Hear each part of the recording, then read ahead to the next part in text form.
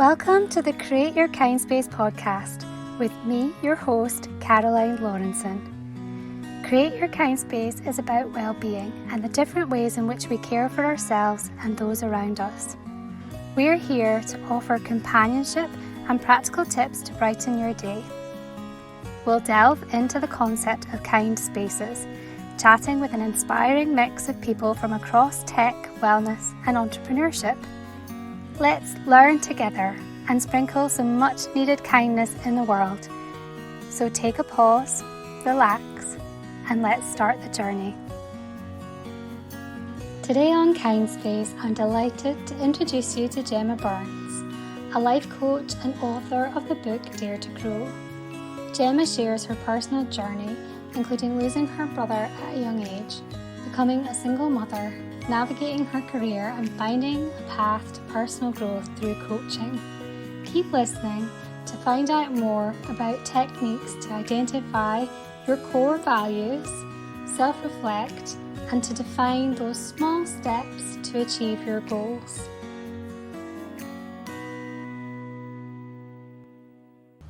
So one thing I love about meeting people and doing these podcasts is hearing about their journeys and how they've overcome challenges or turned their lives around.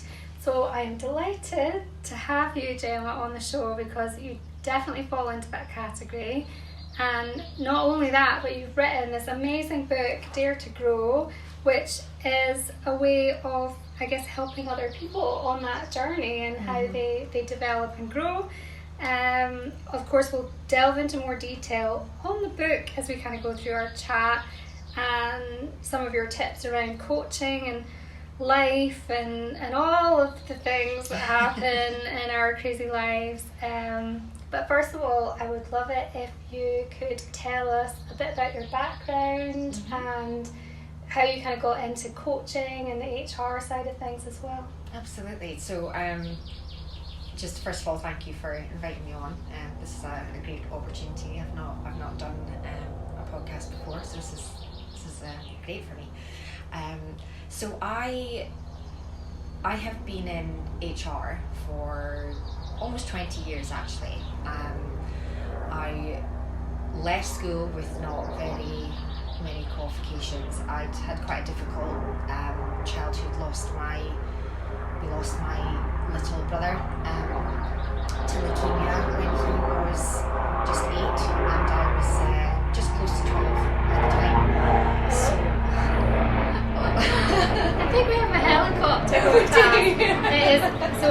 It is so hot today that I have left the patio doors open and we're kind of on the flight path for the helicopters as they're going out to the oil rigs offshore. I am so sorry, Gemma. Okay. But it, like, oh my gosh, it's so hot. Like, I don't think we could sit in here without. Absolutely. So you were saying about your brother? Yeah. So secondary, I had just started secondary school, and understandably, it was an incredibly difficult time for my parents, and I've got an older sister as well, Wendy. So. I guess secondary school was not the easiest of times, and looking back, I guess, had I had opportunity to apply myself more, or I guess, having I was going to say stable, but more, I guess, calmer home life at the time, it may have turned out differently. But the thing is, I left school with, I think it was just 3 hires, no opportunity to go to uni. A lot of my friends were going there. I went to Robert Gordon's College, and there was this expectation that most people would come out of there, go straight to uni, and you would be a doctor or a lawyer or something equally as impressive. And I just didn't fall into that category at the time, and I started in the working world as a office junior actually, so answering phones and making tea and coffee for people and filing. But I just progressed through the working world. Had my first daughter, Rihanna, quite young. I was 24, and at the time I was working as a sales coordinator, and funnily enough, for a helicopter company. Oh yeah. At the time. So it was just within that job that I became friendly with the HR manager at the time, and it just gave me that insight as to what HR was, and I decided to put myself to college and do the CIPD certificate in personnel practice. So it was evening classes. My daughter was only 1 at the time. I'd just gone back to work part-time after my maternity leave, and it was just from there really that I progressed through HR through time. So just through the different levels of HR, but eventually got to advisor level. The kids were 3 and 7 at the time. I'd managed to secure a role as advisor, but it was progression to HR manager, and they were going to put me through my postgrad. Now the panic being that the normal pathway to do a postgrad degree is that you've got an undergrad, which I didn't have. I didn't even have the hires that would get me onto an undergrad. But thankfully, because at that point I had been in HR for 8 years, I had an interview, and just through the application of doing the practical side of the job and actually understanding it, they allowed me onto the course. That's great. It was such a relief.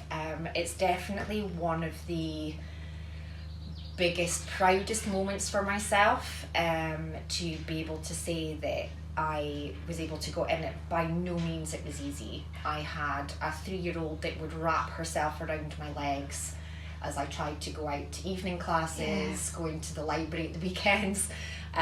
So it was really tough. And it's funny, at the time a lot of people was like, how can you do that? You work, you've got 2 kids, and you're doing. I'm like, I don't know, just do. Yeah. And I look back now and think, how on earth did I fit that into such a hectic lifestyle? But I think sheer determination of, I'm going to do this, I've got an opportunity and I want to just grab it with both hands. And it did take a lot of hard work. It by no means was easy. I failed the first, I think, 2 assignments, and I was like, I can't do this, I'm not smart enough, I'm not able to do it. And it was that self-doubt, which I guess in a lot of cases, and I'm sure there's people that are the same, that it's those cases of doubt that you go through that you then find that strength to go, no, you know what, I'm going to do this. Yeah. And it makes it so much more,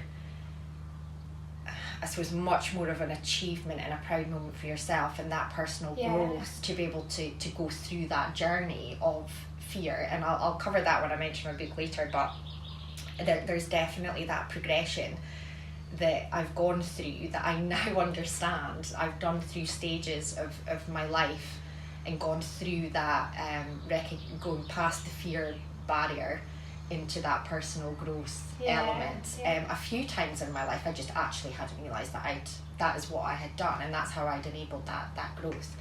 So I got my postgrad, and a year or so later, the course was 2 years, and oddly, I talk about the achievement, but my final exam, and I worked so hard studying, because I do not absorb information. I'm not a reader. Me neither. Yeah, it's difficult because I'm not an audio learner. So if I tried to listen to an audio book, before I know it, I'd be looking out the window. Yeah, absolutely. And I am more than sure that I have got traits of ADD. Just a more awareness of the how it presents. Looking back now, but I absolutely cannot just listen to something and keep my attention. Reading, it depends on the topic, I guess, which is common, but certainly I would probably have to read something a few times before it would absorb. So I found that the mechanism of mind maps really helped. Literally. So you did that when you were studying? Yeah, so I would put down, it would start big, so you would have the topic in the middle and then branches coming off, and I would literally pretty much write everything down and fill the page, but then write it out so many times that I could then just reduce what I was writing on the page for the mind map. So trying to think of an example, but if there was a theoretical model that I had to learn, and say there were 4 different elements to it, and the start of the letter didn't make any obvious word that I could remember, I would make a sentence. So say it was TSIS. I would go, the sun is shining, and I would remember THIS, the sun is shining, and that was the first letters of that model. So it would reduce down, so all I would see is TSIS, and it was enough of a trigger, but that would take quite a few stages to get to that point, and it was literally writing it over and over and over again until it got into my brain. I also recorded it audibly onto my phone. When I was driving into work, I would play it and say it out loud. Honestly, if you passed me in the car, you would wonder, it's not because I wasn't singing. I was just talking to myself. So there was this, so I'd be just saying these things over and over until it was in my head. And what I actually did in the final exam, it was 4 hours long, and honestly I don't think I've written that much, and we just don't write for that length of time. My hand was killing me. My project management exam, I was literally like, oh my gosh, my hand is going to break. It was so tired. I was like, I've actually got cramp in my hand. But what I did was, when I went into the exam, before I even read anything, I pulled the exam paper apart and drew my mind maps on the paper. So I had it in front of me, so I just got it out of my head. So I then had it, it's almost like a reference, I guess. Yeah. So throughout the exam, I was able to then look at what effectively was the notes that I pulled out of my head in front of me. Sheet, I guess it was. And it just, that method worked for me. But being able to get past and in that final exam, I got a B, which is great. But then I looked at, this is just a trait in me, and I have learned to have more discipline around this. Is that I was 2% away from an A. Oh. And rather than going, I got a B in a final exam that some people may have completely failed, it was a great achievement. But I was in tears to my husband at the time, that, because I'd got, honestly, because I was crying, I thought I'd failed. And I'm like, I got a B, and it's like, why are you crying? Oh. Like, because I was 2% from an A, I should have got an A. And he's like, oh my goodness. But that's the way my brain works. And it was the way my brain worked. I was like, but what did I do wrong that I didn't get the A? But it's that achievement of actually getting a postgrad, as I say, with 2 kids working at the same time.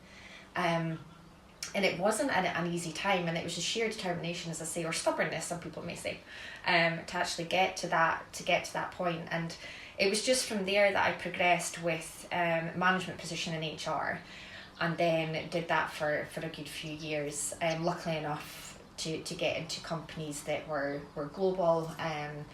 I was HR business partner for Scotland, and then progressed to the HR business partner for the UK, and then I took on the US after that as well. So it just progressively grew as I got exposure, and I just saw HR as I love being able to help people, but to be able to have that strategic element of a job where you can really make a difference is what I truly enjoy. The commercial understanding of the business, and being able to say, right, what makes this tick, what is the structure, but also what is the culture of the business, because I've seen from different companies that I've worked within that it's different everywhere that you go. And it's it's the choice of whether you continue to cultivate what is there, or if there does need to be some sort of transformational change in order to make it a more positive workplace. But being able to identify that and then find the methods to do that and see it transforming, I just find so rewarding to be able to see people that are happy within their jobs. Because to me it is so important. And I'm in my 40s, and I look back and think, God, how many times did I stay in a job or put up with something in a situation in my life where I truly didn't feel content or happy, but something stopped me from making that change. And whether that is, I mean, there's always, there may be elements in your life where you really cannot, due to financial situations or you know, other responsibilities that you have. Yeah. And that will always be a consideration, and the reason that a lot of people do end up being stuck somewhere. But at the same time, it doesn't stop you exploring what your options are and making small changes that can then enable you to be happier, whether that is at work, at home, in a relationship, you know, whether that is just with romantic relationships or friendships or with your children. Yeah. There's definitely been a learning for me that over the years, and you know, to see that, I mean, you do change as you get older.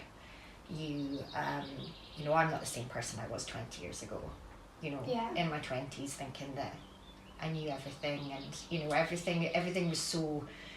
I can't think of an exact situation, but certainly things that I would see as really not important or a big deal now, at that time would have been. Yeah.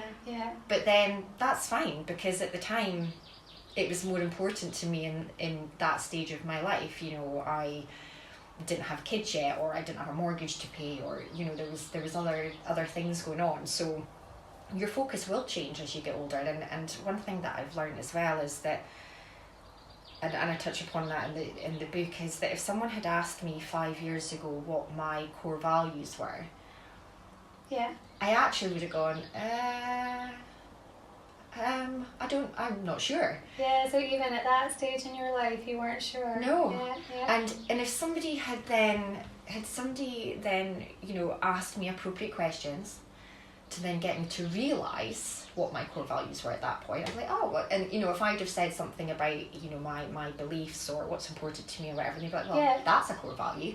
Like, oh, okay. Just rephrasing it, yeah. Yeah, absolutely. And it was getting that, you know, getting some understanding about who you are as a person and aligning that with whatever situation you're in at the time. So say whether it's at work, at home, with your children, it really does help to get you on that right pathway.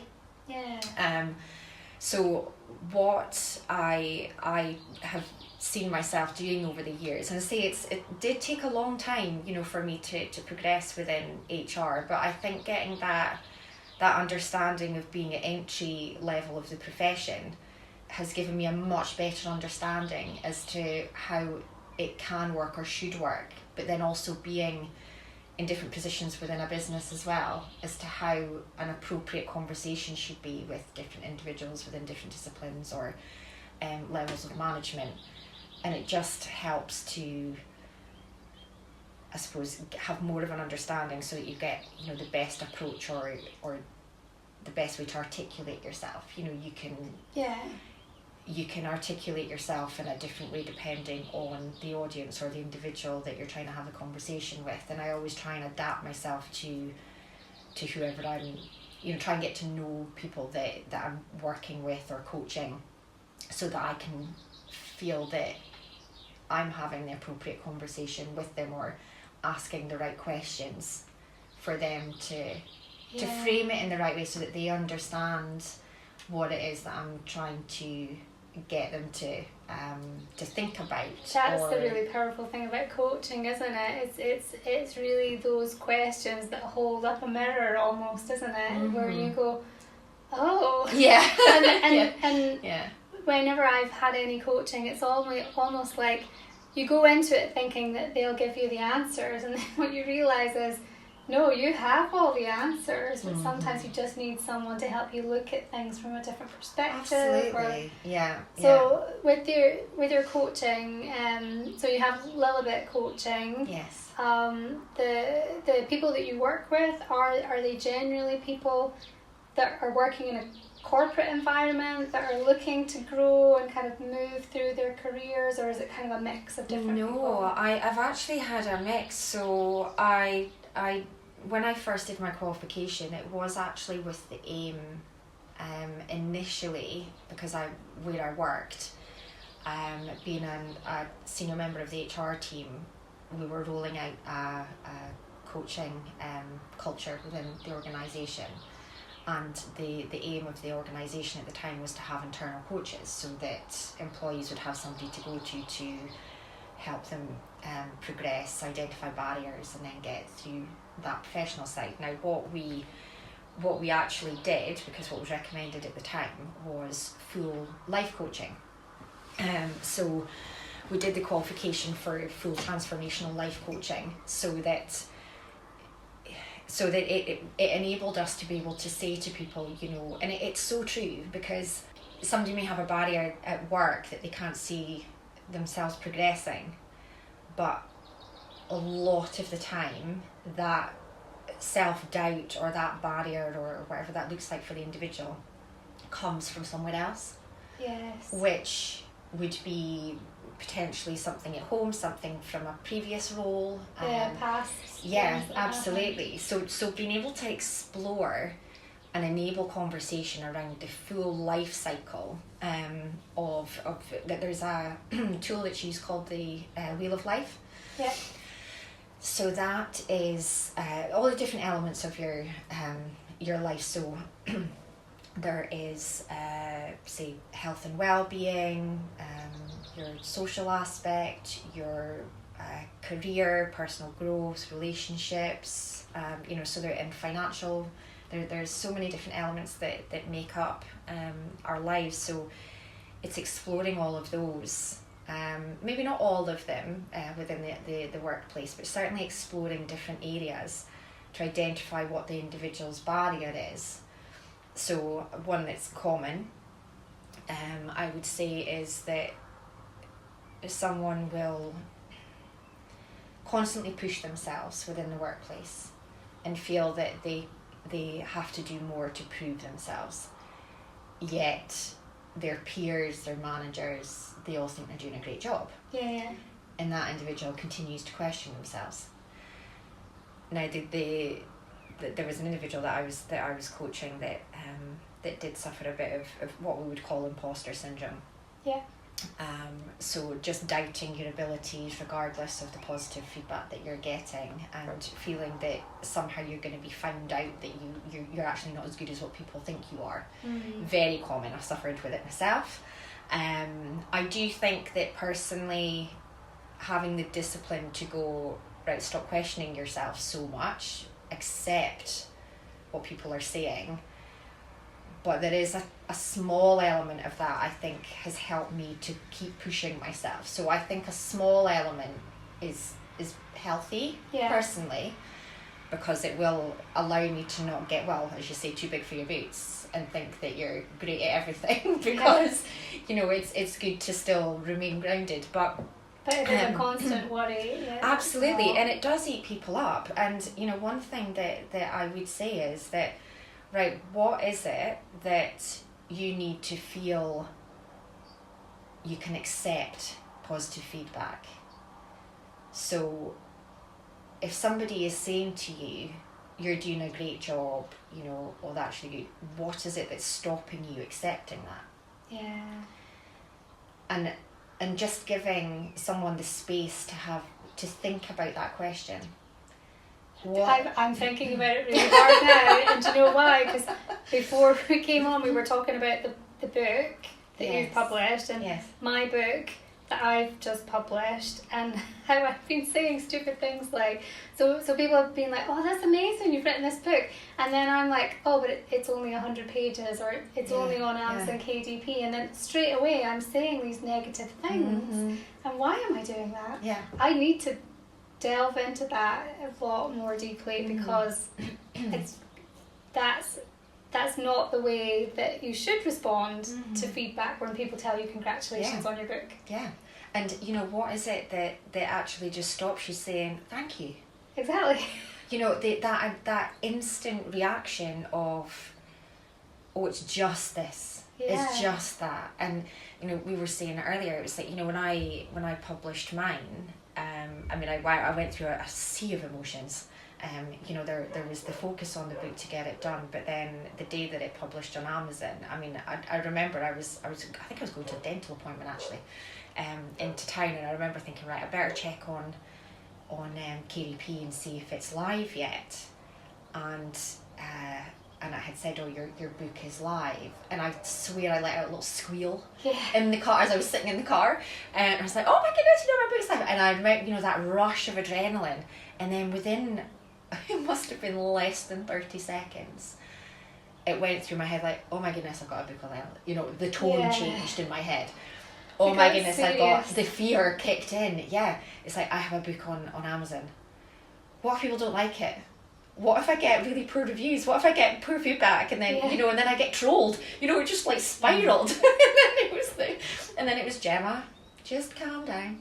It was incredible how there was that roller coaster of as I say, adrenaline, fear, excited, and then it was just this completely irrational thought, but the thing is, the acceptance of the feedback that I will happily take is when people say to me that they read some of the insights in there, that it resonates so much with them, the way that it's helped them realise certain things about themselves, or accepting certain elements, such as comparing yourself to others. Now, whether that is professional achievements, physically, the size of their house, the type of car that they've the lifestyle got. side of Yeah, things, absolutely. And I think social media has a lot to answer for with that. I mean, it would be such a great, it is such a great opportunity for people to share and gain positivity from it, but it has also had such a negative impact because we see these things and I'm and I refer to it as fake book, because there's so many people that I have seen that look like they're in a perfect relationship. It's all smiles and great photos of their wonderful life, and they're doing X, Y, and Z, and then you meet them 6 months later or something, everything is, and they're in a terrible relationship. They're what they're trying to do is prove to others that everything is fine, to try and prove to themselves that, well, if it looks fine, then I can just carry on as is.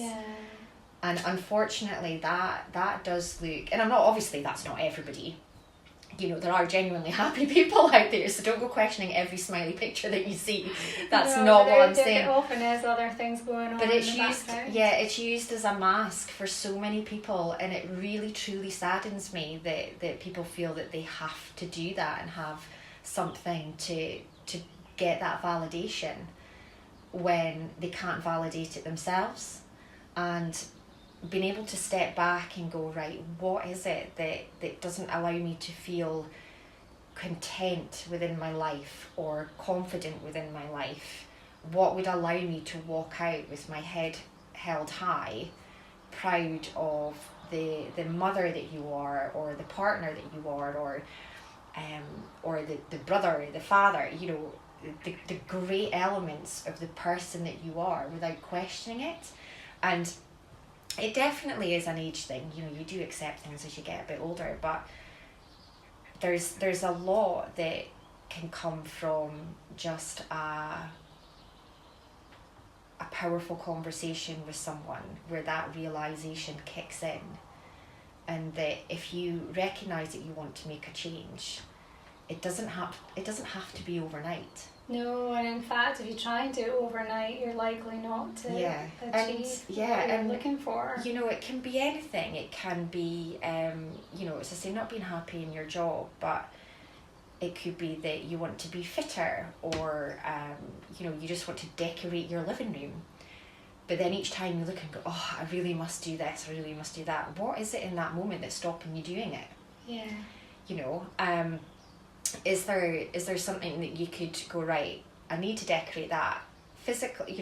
It's 10 o'clock at night. You're not going to get up and start painting your living room at 10 o'clock at night.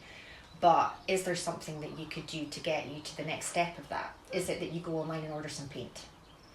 Is it that you order the brushes, or the next day you go, right, I'm going to get up in the morning and I'm going to go to Home Base or B&Q and get that first step? Because ultimately, when you set yourself a goal, whatever it is, if it's something that can be achieved in a week, a month, a year, 5 years, that is your ultimate goal.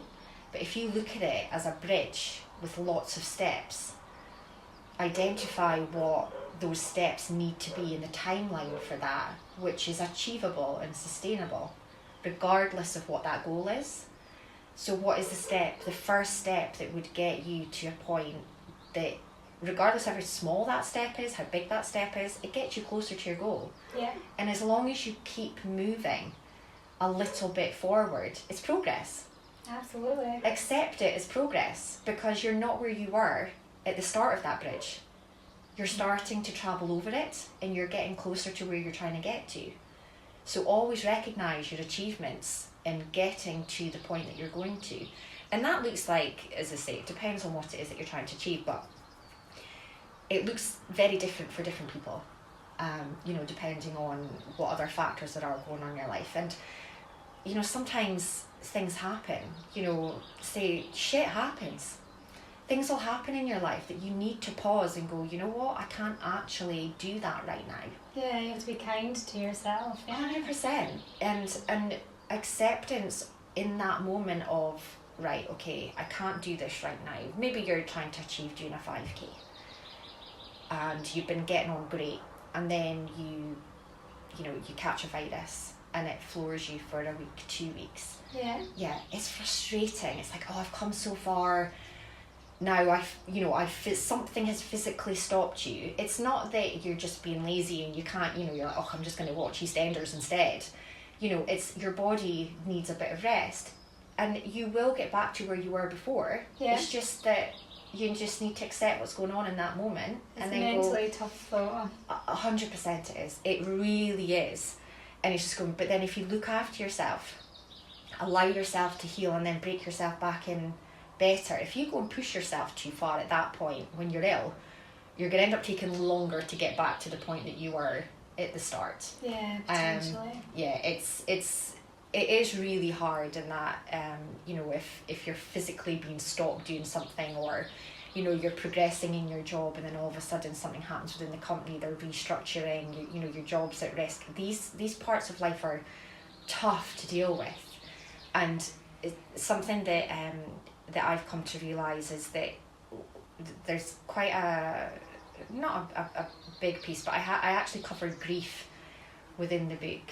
Yes, I was going to ask about the book, because I know, obviously you've been through a lot in your life, and people do go through really challenging things. So it might be divorce, it might be bereavement. Yeah. There's a lot of things that really do impact how we move forward, so that we can continue to function and feel like we are still worthy of growing and putting time into our own personal growth. Yeah, it's that, I guess it's that feeling of being present, isn't it, within your life. And when something difficult happens to us, it's difficult, it's really tough to get that sense of kind of physical, emotional, and sense of presence within a moment and feel like you're yourself.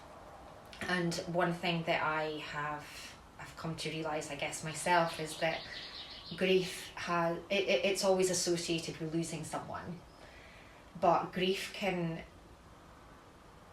present in so many different ways. It can be the breakdown of a relationship, the loss of a job, down to even an injury, because with each of these elements you face the upset, the frustration, the anger, you get to acceptance, and then you can move on from it.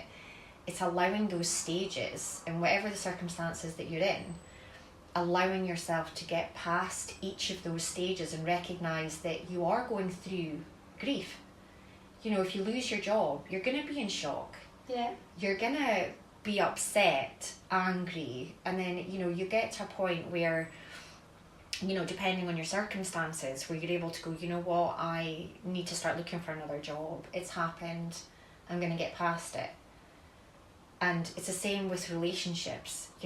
Maybe maybe your relationship has ended and you know, it's hit you like a ton of bricks. It's not a nice thing to go through. If you're the one that's ended it and it's been on the cards for a long time, maybe you're emotionally ready for that. But there's still stages to go through before you feel ready to then move on, and you know, whatever that looks like for the individual. But there are so many different things that can affect us in life that actually does present like grief. I think sometimes as well because you feel like you've lost yourself or a part of yourself. Yeah. And then you can't really see how the new you will be able to emerge from that, if that makes sense. Yeah. I was going to ask about the book. So it sounds like there are lots of different aspects to it. What would you recommend for people? Like, would they like read it kind of cover to cover and kind of work through the exercises, or is it something that people can kind of dip in and out of depending on which aspects they want to work on? Yeah, so it's been interesting actually because it got released and just before Christmas. So I find that in the last few months there's been a lot more feedback because people have had we're all busy, you know, when it comes to Christmas, January. Eventually people have maybe got to a point where they've gone, right, I'm going to be able to actually get to read this. I'm this like that books all the time. Yeah, I could start a library. I've got so many, it's ridiculous. I need to take more time to work my way through them. But what I've been told, and it's interesting because I guess I hadn't actually considered this before, having conversations the last couple of months. A few people have said to me, right, I've read all the way through it just to see what's in it, and then gone back to certain parts that are most relevant to them at the moment. Yeah. Other people have said they've had so the contents page is laid out quite straightforward, which allows you to then go, right, is it professional growth that I'm seeking at the moment? Is it personal? Is it something that I want insight around getting out of my comfort zone?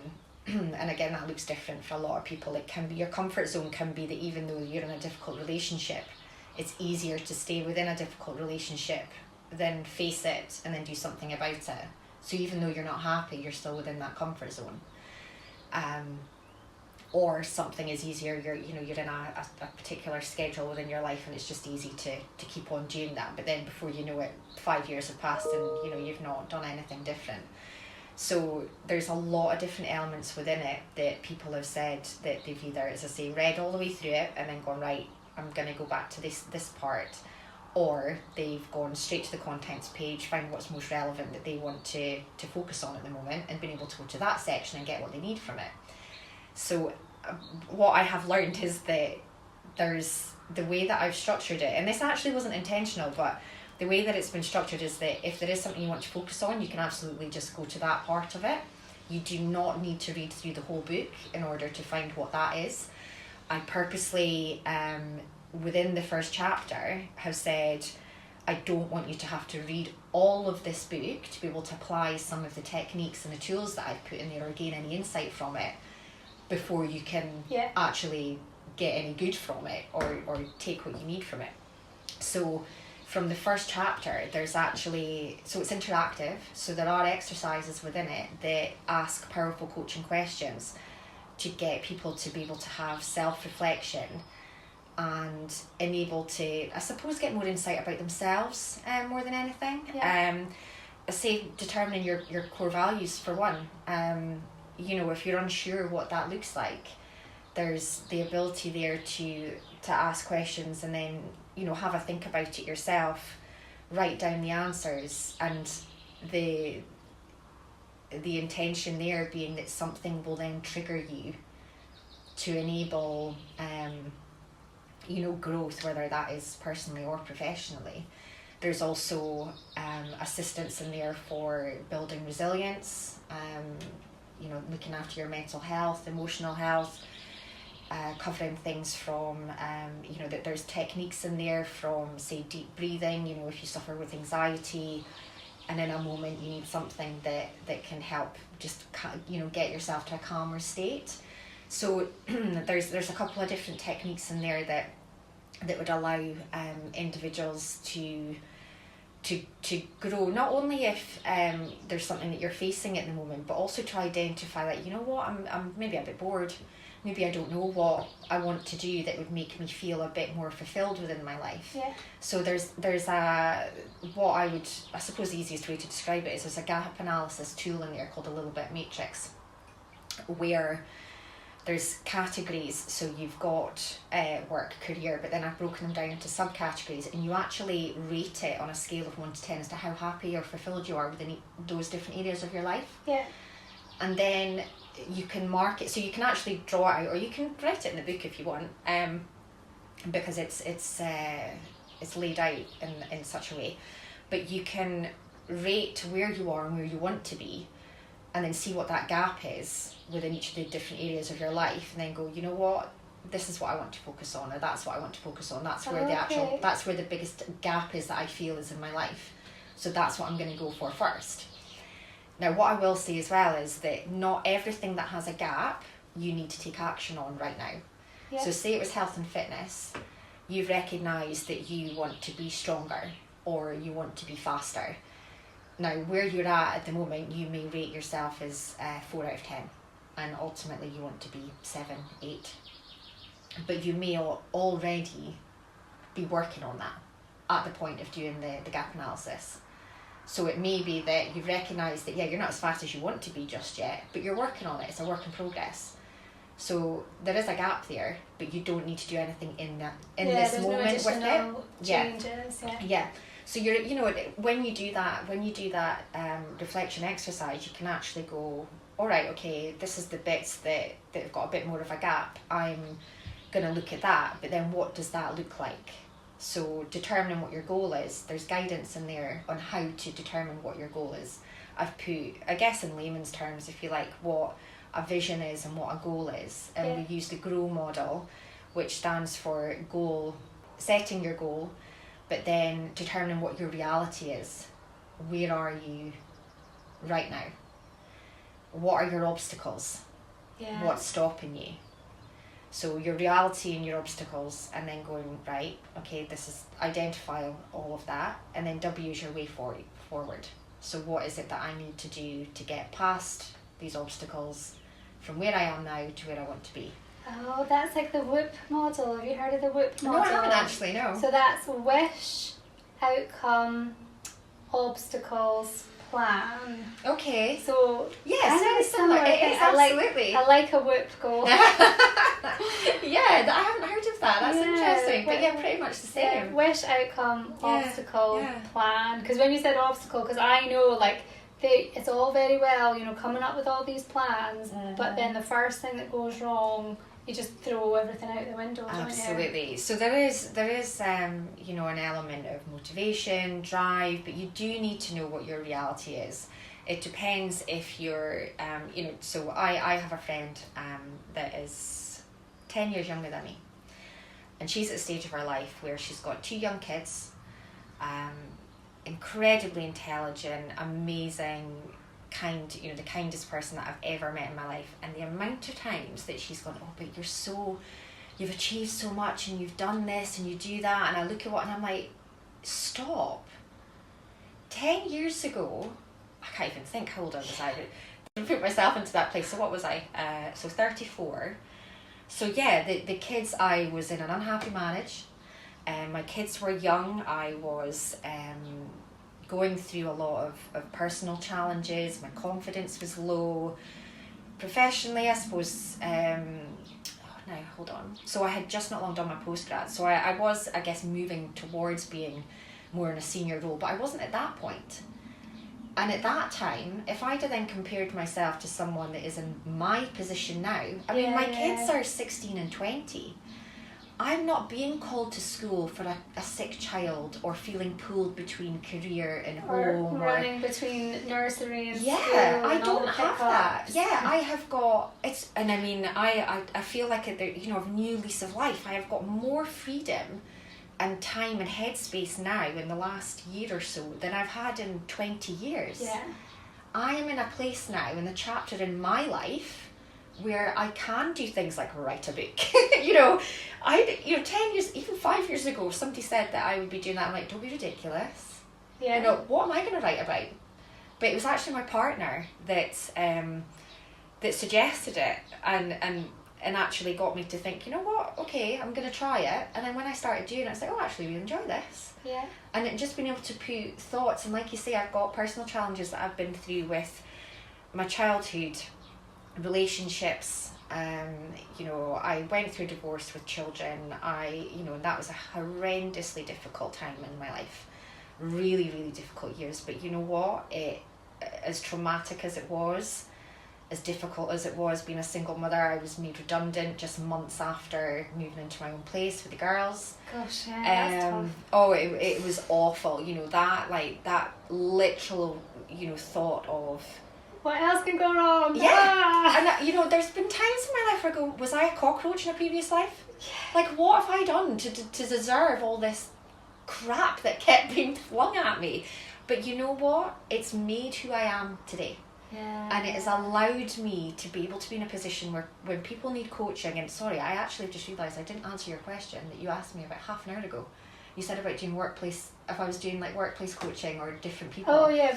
So yes, the workplace coaching, but I've had people that have come to me with low self-esteem, with difficulty on, I want to change my job, but I'm actually unsure what I want to do and how to make that decision. Mm-hmm. I've also had low, I was going to say confidence, maybe we would frame it in that way.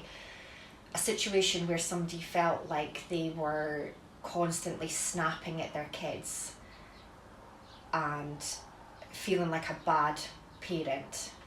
But then it actually, when we stripped it right back, it came down to the acceptance that she wanted to be at home with her children, but felt this immense pressure to be working at the same time. Yeah. And what that, I guess that social expectation was of her. And, you know, the conversations that I have with individuals massively range. It can be, what direction do I want to be in my life? There was one, you know, I've had a few with relationship issues, unsure if they want to stay in their marriage, for example. And there's no right or wrong. It's enabling that space for someone to truly reflect and giving them powerful questions to think about in that moment. Yeah. That will allow them to find the answers themselves. Yeah. This isn't, yeah, that's what I was saying before. Yeah, coaching isn't about me, you know, I saw this brilliant video of what people maybe have an expectation of what coaching is, and there's a woman running around full speed in a house and a guy in front of her opening the door just before she's ready to run through it. So he's actually he's actually opening all the doors for her to run through. So she's getting to where she wants to be, she's doing what she wants to be doing. Yeah. But he's actually doing all the work and opening all the doors for her. And then suddenly he shuts the door, or he doesn't open it as quick, and she smacks right into it. Oh. Because she wasn't expecting it, because it's like, oh, someone's telling me where to go and they're enabling me to do it, but she should have been opening the door herself. Yeah.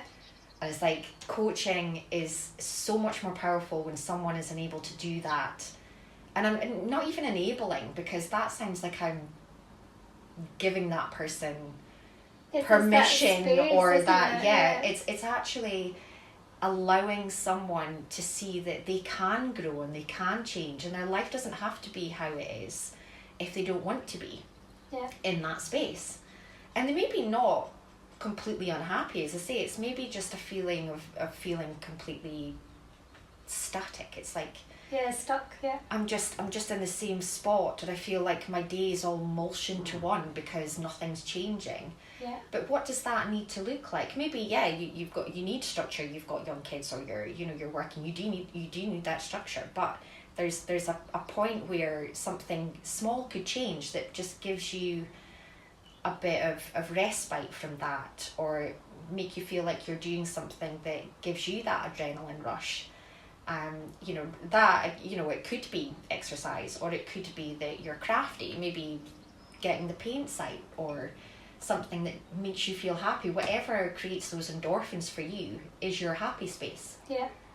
what is that happy space for you? Go and do it. What's stopping you? You know, if you're not happy and you're not happy, go and change it. Yeah. Don't allow yourself to be your barrier. Don't allow other people to be your barrier, first and foremost. But don't allow yourself to be that barrier. And I think that is where a lot of people struggle. Yeah, or it's even that kind of feeling of all the things that have come before, I think can build up that belief that you can't change. Yeah. Mm-hmm. So yeah, it's really tricky. But I love that. So when you think about coaching, like for most people that's not accessible because obviously it costs a lot of money. Mm-hmm. So a book like yours, I love that people can use that as a self-coaching tool. Absolutely. And they can kind of work through the questions, and I guess it's just a case of them making the space, the time and the space to do that, to dedicate some time to look at what are the areas that I really want to work on, and then the tools are there to help them. It's giving yourself that, you know, allowing yourself to have time to look at these things. And you know, the book, as I say, you can pick it up and put it down when needed. There are lots of different exercises in there, insights, motivational quotes throughout it. The opportunity to use it at whatever stage you are in your life. I mean, you could buy it today and be in a completely different place in 6 months' time. Yeah. And then still be able to pick it up and go, right, I want to do a bit of a sense check on where I'm at, you know, what are my, how would I do that gap analysis now, or what has changed in the last 6 months, what tools could I do to make things a little bit easier on myself, or to bring, you know, a bit more fulfillment within my life, or what difficult decisions do I need to make, but how do I get to that point? If you have a difficult decision to make, what does that look like? What does that journey need to look like for you? But I guess I just want everybody to be able to have that sense of contentness and happiness within their life. Everybody deserves that. And, you know, it doesn't matter what, you know, there'll be tough things that you've gone through. Some people absolutely get thrown more than their fair share. You know, life is shit sometimes. It really is, and it's not fair.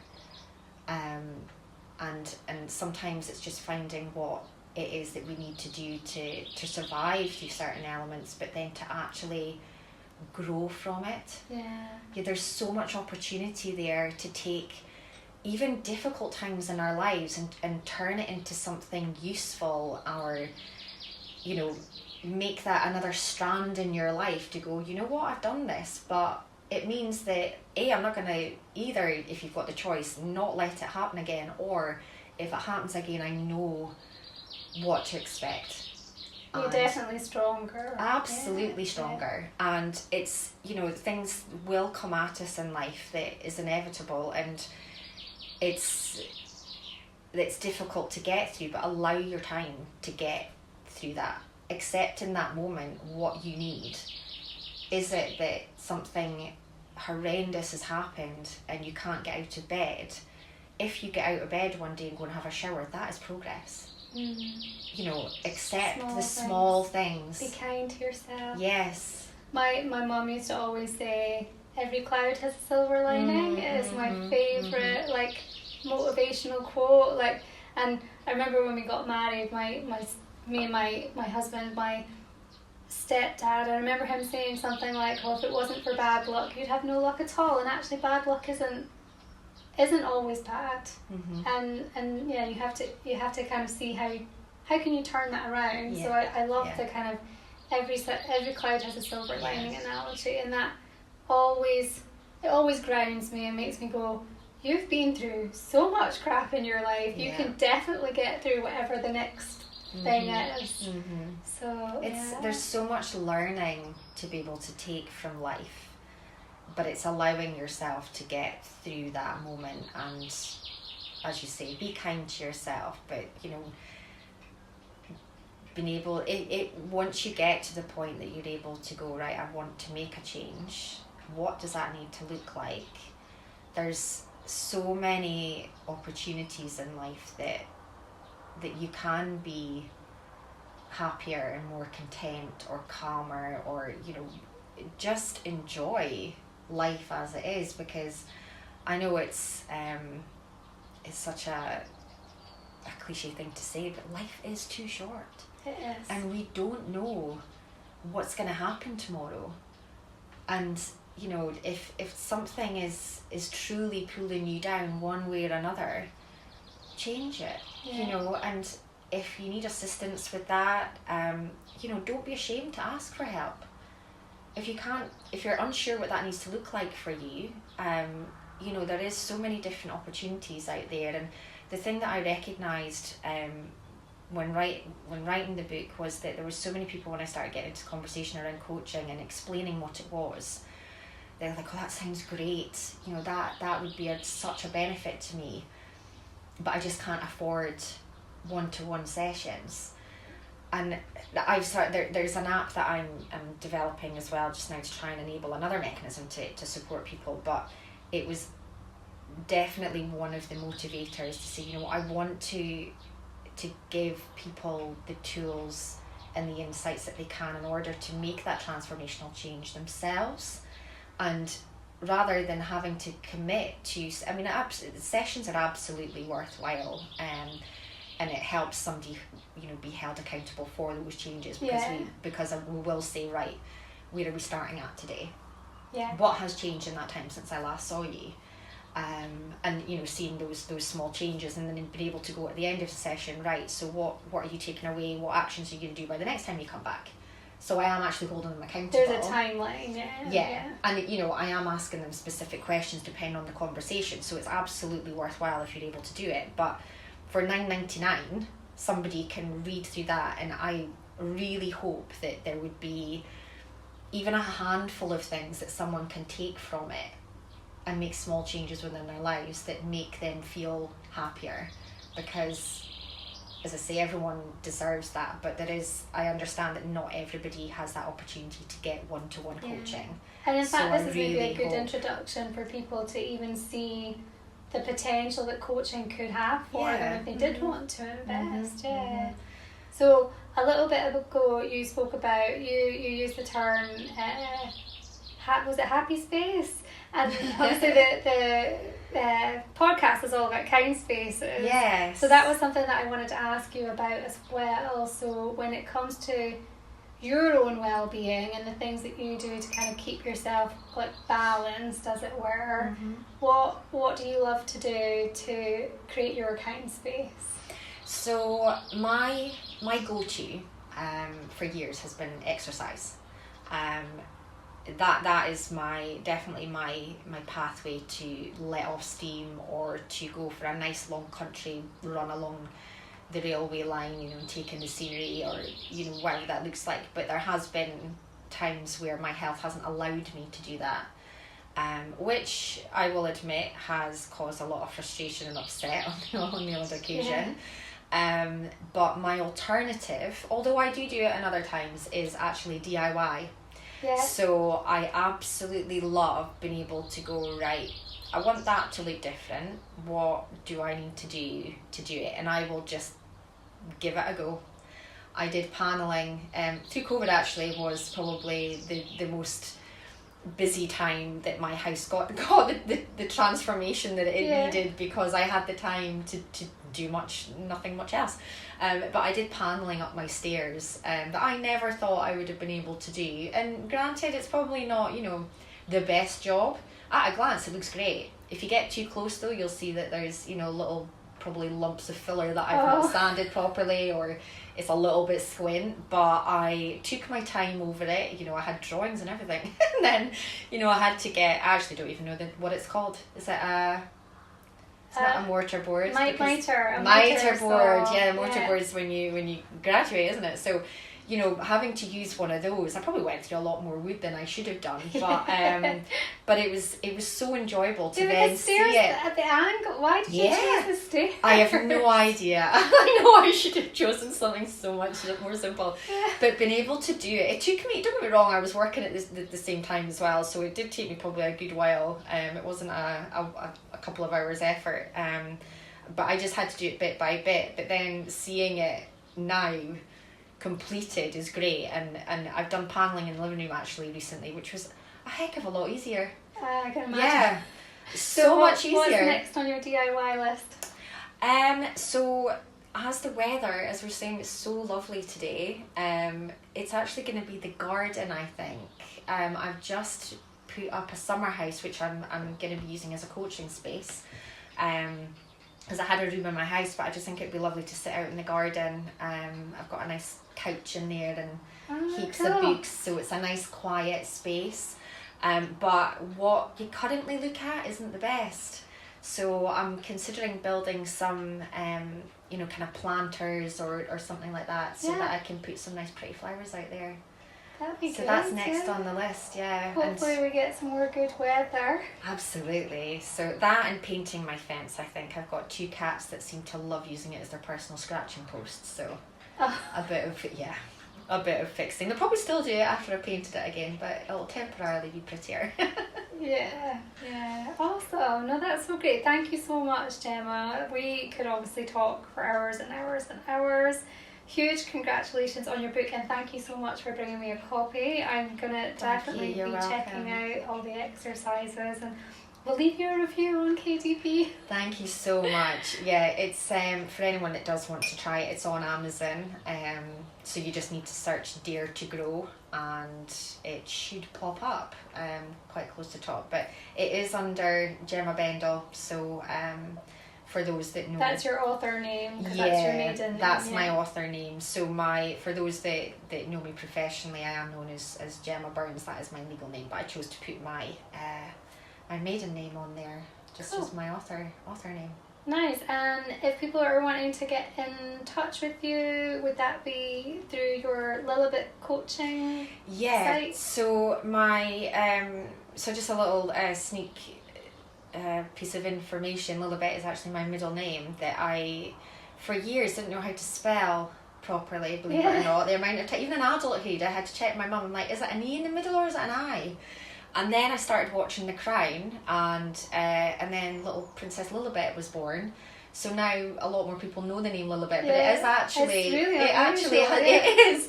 And when people used to ask me, I'm like, it's the Queen's nickname. No idea why that's my middle name, but you know, there you go. So the website, so my company is Lilibet Coaching Limited, and the website is Lilibet Coaching. So it's LILIBET.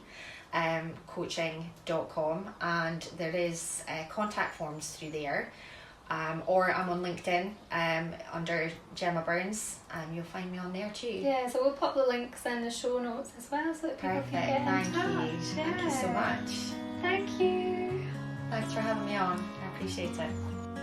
Finding purpose and contentment in life is not an easy journey, especially as life has a way of throwing you curveballs when you least expect it. Coaching can be a great way to help you navigate these challenges or help you get unstuck to find purpose and meaning in your life.